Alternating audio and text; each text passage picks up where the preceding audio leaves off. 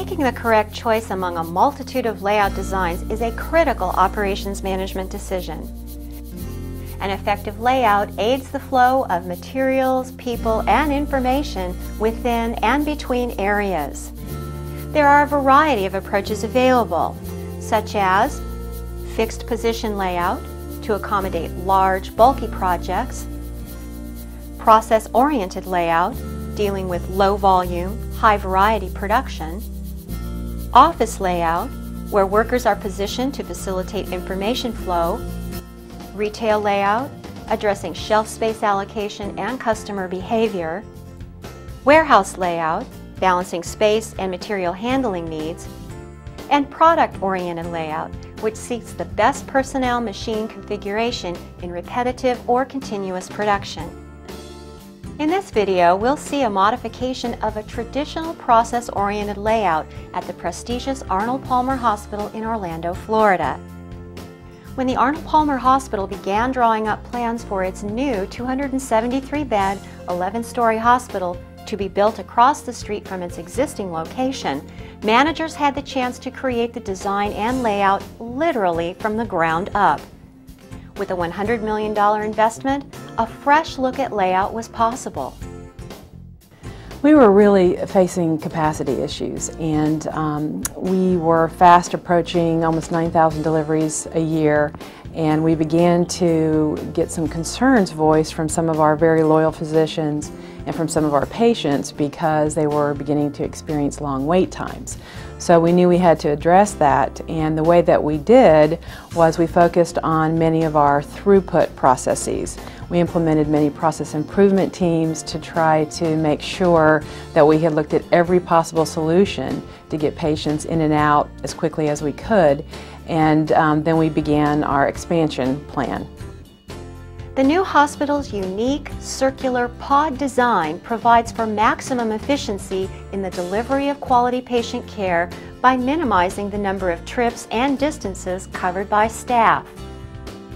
Arnold Palmer Hospital's innovative pod design has many of the attributes of a work cell that reorganizes people and facilities into small groupings, so effort is focused on making a single product or providing a single service.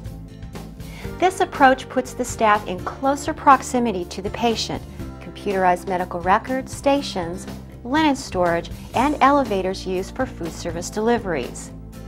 The hospital's pod design also incorporates a strong patient-centered service-scape, featuring a serene environment with warm colors, private rooms with pull-down Murphy beds for family members, 14-foot ceilings, and oversized windows to provide natural light in each room. No hospital had ever come up with a design and layout quite like this one. We truly wanted to ask our customers. That was initially what we decided to do. I know it sounds like Management 101, but it's a step that a lot of people don't spend enough time on. So we worked with our customers, whether that be the nurses, the physicians, our patients, and asked them what's really important in your current design. What do you like about the facility? What don't you like?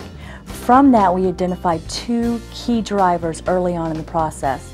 Those were to maximize operations by design and to make sure that we created a healing environment. From that came what we now know is the modified clover leaf that has a central bank of elevators in the middle of each 3 pods. The new layout was considered radical by some who were used to the traditional hospital layout. Extensive motion and time studies were done, and computer simulations of daily nursing staff movement were created to better understand what the new layout must achieve. Slowly, the pod concept with a central nursing area and its pie-shaped rooms caught on as administrators, medical staff, nursing staff, and employees began to see the benefits. Certainly you can imagine that we had skeptics. Just because it was such a radical design, we've gone from a rectangular building to a circular type building. And what we wanted to do is involve everyone as early as possible into the design phase. We had over 35 user groups, over 1,000 different meetings, really try to engage staff in their input. We also worked with Jonathan Bailey of Jonathan Bailey and Associates and looked at time motion studies. We wanted to make sure that this was an efficient design, so that would be a selling point to our skeptics. And what he learned is that nurses spend an average of 30 to 40% of their time just walking in the typical racetrack nursing design. Our current situation is one that from the nurse's station to the farthest patient room is about 118 feet. In any given day, a nurse might walk 2.7 miles serving the patients under her care.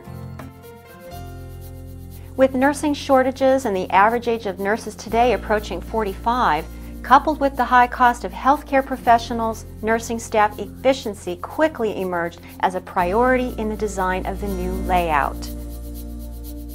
With the new design, the time savings for nursing staff are in the 20% range. The new layout design didn't stop with the arrangement of patient rooms and nursing stations. A leading-edge study of environmental issues in neonatal intensive care units revealed a need for rethinking this area's layout as well.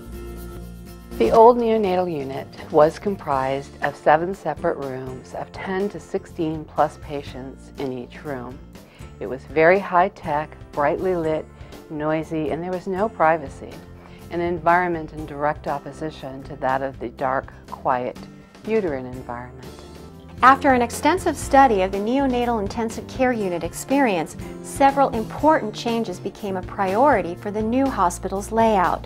Staff members volunteered to participate in a pilot developmental nursery project focused on family-centered care and making changes to the environment to reduce noise and light.